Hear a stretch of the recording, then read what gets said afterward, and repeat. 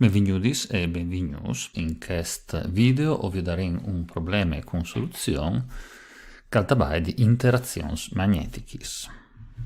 Una corrente di 10 mA e passa per un tocco di filo di ramp lungo 10 cm e con una sezione di 1,0 mm².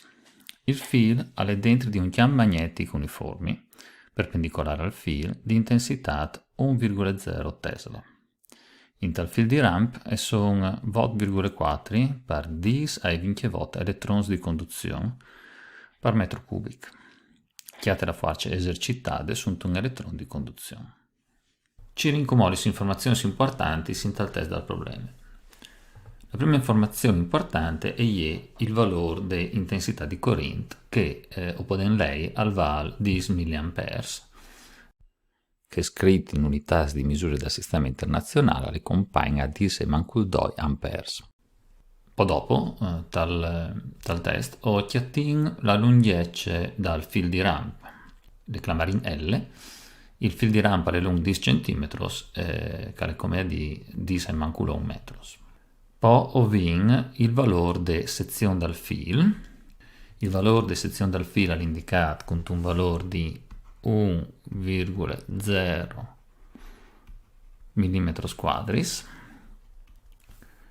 che è come di 1,0 per 10,3 metros al quadrato e che può essere scritto come 1,0 per 10,6 metros². Dunque, il valore di sezione dal fil scritto in unità di misura del sistema internazionale è di 1,0 per 10,6.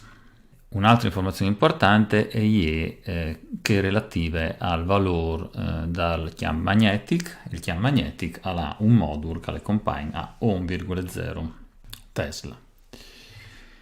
In più, il campo magnetico e il filo sono perpendicolari. Questa è un'informazione importante. L è il vettore che dà una descrizione della direzione dal filo e anche del suo lunghezza.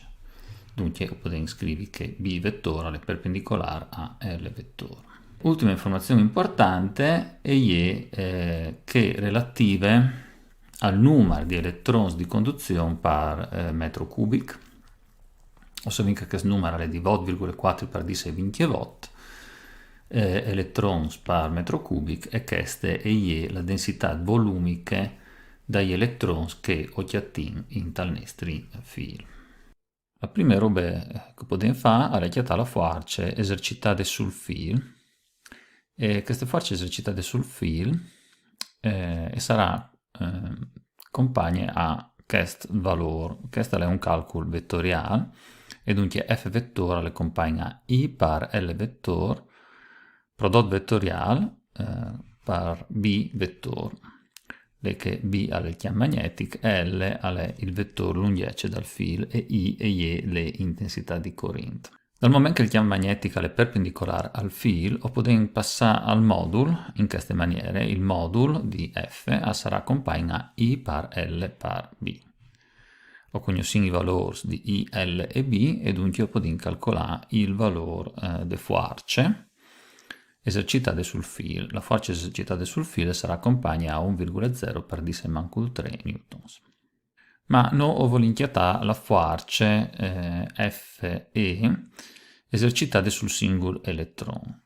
Questa forza si può chiamare in queste maniere. Si considera la forza totale esercitata sul filo e si divide per il numero di elettroni che si chiamano in te par dal filo considerato.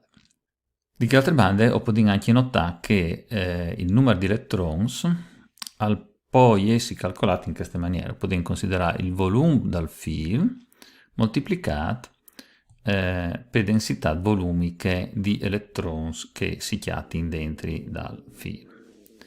Il volume in realtà può essere anche scritto come il prodotto di sezione A per lunghezza L. Dunque complessivamente il numero di elettroni sarà ALD.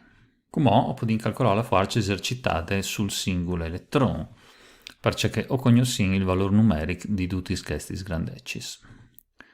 E in particolare la forza gli accompagna 1 per 10 mancul 3, la sezione sarà 10 mancul 6, la lunghezza è di 0,1 e la densità di elettroni è di 8,4 per 10 ai 20 watt. Dal momento che tutti questi grandecis sono stati scritti in unità di misure compatibili col sistema internazionale, il risultato varrà un valore in newtons. Fasinti cons, o possiamo scoprire che alla fine la forza esercitata su un singolo elettrone ha un valore di 1,2 per 10 mancul 25 newtons. Allora un valore nevore piccolo, ma questo è dal DUT normale, più DUT che il numero di elettroni sarà un nevore alto. Questo è tutto per questo esercizio, grazie per questa attenzione e mandi.